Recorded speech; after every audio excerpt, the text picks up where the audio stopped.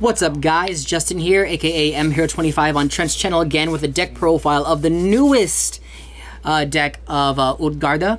I made my own version of Invoked Utgarda that's kind of like for an intro deck for me. I always like to use engines I know of, so this is probably the best one I could go with, and it does have synergy. So we're going to start off with the new cards. We're going to do 3 new.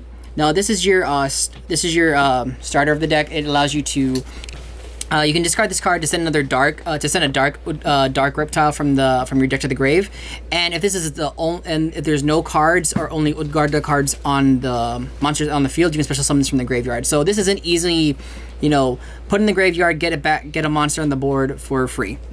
Next up we have its twin brother, Nyao or Nayao, I believe.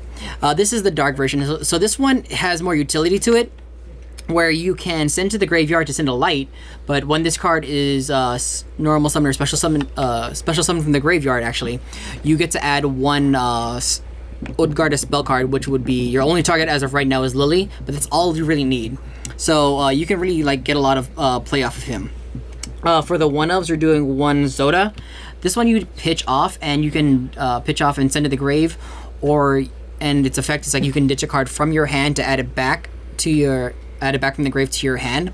So depending on situations, you can just put him in the grave, add him back to hand, normal summon to get 2 level 4s on the board for pretty much nothing. Then we're doing 1 Curse. This one allows you to tribute one monster on the one monster you control on the board to special summon from the graveyard, and if you special summon from the graveyard, you can special summon 1 Utgarda card from your graveyard, but it's banished when it leaves the field. So this is another extender, and also paired up with Nyao, you can easily get your search. And then we're doing 1 Albert or Aliert. This one is your this one allows you to recycle all your banish Utgarda cards, or at least one Utgarda and anything else. So as long as there's another reptile in the grave, you can target 2 of those and put them back in your graveyard, or tune your banish and put them back in your grave. Next up, we're doing 1 Amunessa, the queen of the Utgarda. Now, the queen, what she does is that if your opponent special summons a monster from the graveyard, you can send 1 card from their field to the grave. So this is an easy way to get rid of cards that can be targeted like dragoons. But also, I forgot what else this does. Oh, and you can also special summon 1 light or dark reptile monster from your grave. So again, this gives you more recursion, so you can get Nyao or Nunu or anything else that you need to kind of get your plays off. And then we have Aaron, the Ogdoadic king. Now what he does, he also allows you to special summon from 1 light or dark, it allows you to add 1 light or dark from your graveyard to your hand. But also, what he can do is when your opponent special summons 1 monster from the graveyard, you can randomly pick 1 card from their hand and send it. So you have control from the hand, control of the board, and you also have banish manipulation with the cards. And our last one of the Utgardas is your boss monster, the dragon. So this one is the best one out of all of it, and if you can do it right, you can just clear your opponent's board no problem while you maintain everything. So what it does is it requires 3 tributes, so you tribute 3 monsters. So this combined with Lair of Darkness or anything else that allows you to tribute monsters, you can special summon it, nuke the board of anything not special from the grave, and just go for game. So really strong card. For other reptile supports, we're doing 1 Dangerous Tutsunoko just for pitching ability and draw ability, and we're doing 1 Light Serpent. This is also again for pitch ability with Snake Rain, and also it does have a light synergy with the Invoked engine. For the spells for the Utgardas, we're doing 3 Water Lily, and then we're doing 3 Snake Rain, the standard stuff you need for the deck. And that's all for the new cards. Pretty, not self-explanatory, but pretty good overall. For the standard engine, we have Alistair. For the Alistair engine, we have 3 Meltdown, 3 Alistair, 2 Invocation, and 1 Honorary Meltdown, which is Terraforming. Next up, we have 3 Ash Blossom for support cards. We're doing 1 Harpy's Feather Duster. Monster Reborn comes back into this deck because you want you want to monster reborn all the targets you can because they all have effects when they get special summoned from the grave, so really good. We're doing 2 triple tactic talents just to answer hand traps right now, and then 1 called by the grave. Card I'm taking in right now is Broken Line. You can easily swap this up for whatever you want. I just thought it would be fun and interesting at this point in the meta, but honestly this could be changed for anything that you need to fit your deck. And that's it for the main deck right now. It's an even 40. It's still in beta, but I feel like this is a pretty solid build overall. For the extra deck, we're doing some standard stuff here.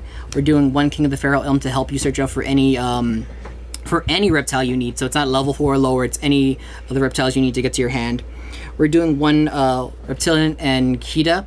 This one allows you to answer big boards that say like, oh, my monster's like an enormous amount of attack. If you can once you bait out any negate, special summon this, make it 0, just get over stuff, and then you get rewarded for it. And same thing with Alien Shock Trooper. This one allows you to go first with it. This one allows you to go second. So this is board establishing, board breaking. So the thing is though, you can discard any card from your hand and put that many A counters depending on the level of card you discarded. So with as many cards as you have right now, you can easily establish at least 3 to 10 if you wanted to. And then if this card is destroyed, you can special summon that many reptiles from your deck, I believe, or grave. From your graveyard, but that's still pretty good. Like, so this is like, if you have to establish so hard so fast, this is a really good way to recover. For the invoked engine, we're doing 1 Artemis, 2 Makaba, 1 Purgatrio, and 1 Algades. This is probably the best package you can do that's small enough to be versatile to fit most matchups, so not too bad.